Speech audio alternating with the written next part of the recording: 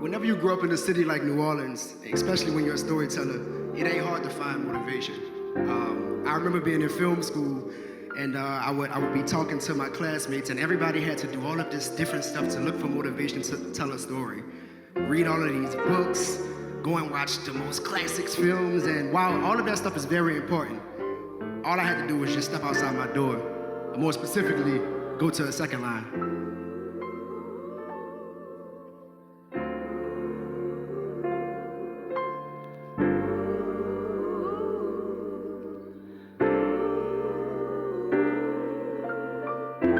You see, everybody in New Orleans got a story. Every corner, every neighborhood, every home.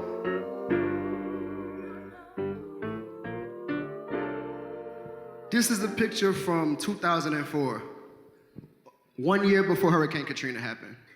But what's most important about this picture is it's the first time that I picked up my mama's camcorder. My mom in the building too.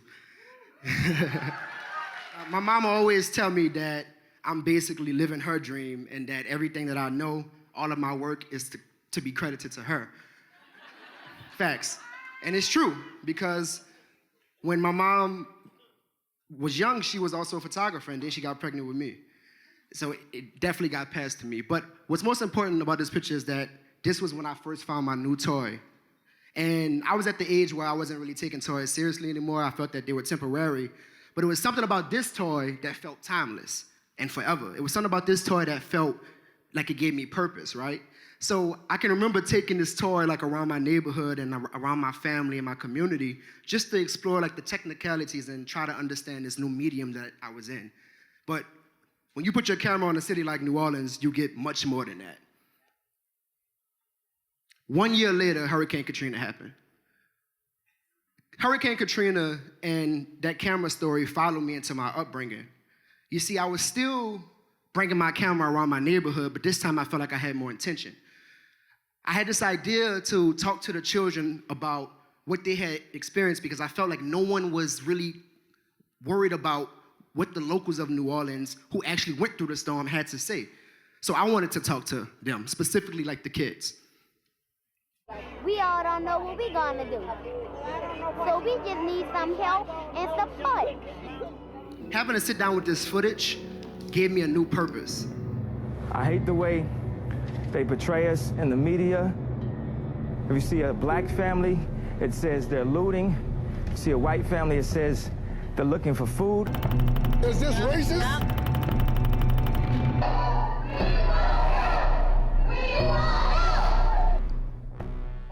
Now, this was a very important moment in my journey of making this film, and it was the most complicated part of this journey. Imagine having to sit down and relive your trauma, all for the purpose of making a film. In 2022, that project that I spent 8 years on, it debuted on HBO as Katrina Babies. And the city was proud of that because we finally had a story that came from us. We even got the Time magazine cover, which was really important, not because it's Time, but because, honestly, I remember covers that I didn't totally agree with. I talked to people in this film who felt that their image was misused in this very magazine. So to have this film about the children of New Orleans, from the children of New Orleans, on the cover of Time magazine, it was a win for the city in just reclaiming their narrative. Reclaiming their narrative has become like this theme in my work. And just in 2024, Essence Magazine reached out to us because they wanted us to handle their covers. And they wanted it to be people who were from here. So normally we put, celebrities and notable figures on the covers of magazines, but it was important for me to put the everyday people that made this city go around. So we reached out to the culture bearers, and they are people that are really like the pulse of the city. And this is one of the covers of Queen Taj. This is Jawan and his daughter Jersey. Jawan Boudreaux. This is Short Dog from The Cutoff. And Big Chief Casby. And this is two young queens, Lil Queens from the Mohawk Hunters. Essence called us again next year, And they said, if it ain't broke, don't fix it. And they asked us, what do we want to say for the 20-year anniversary of Hurricane Katrina?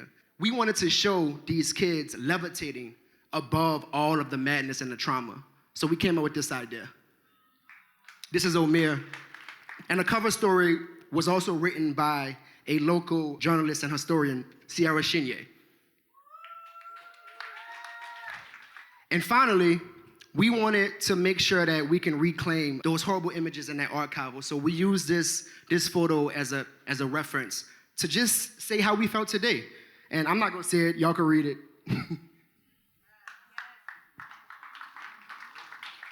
In this room specifically, let's just make sure that we're just having empathy for the people who live here and who tell stories about this place. Give them a seat at the table just to tell their own stories. I appreciate y'all for your time tonight, and enjoy.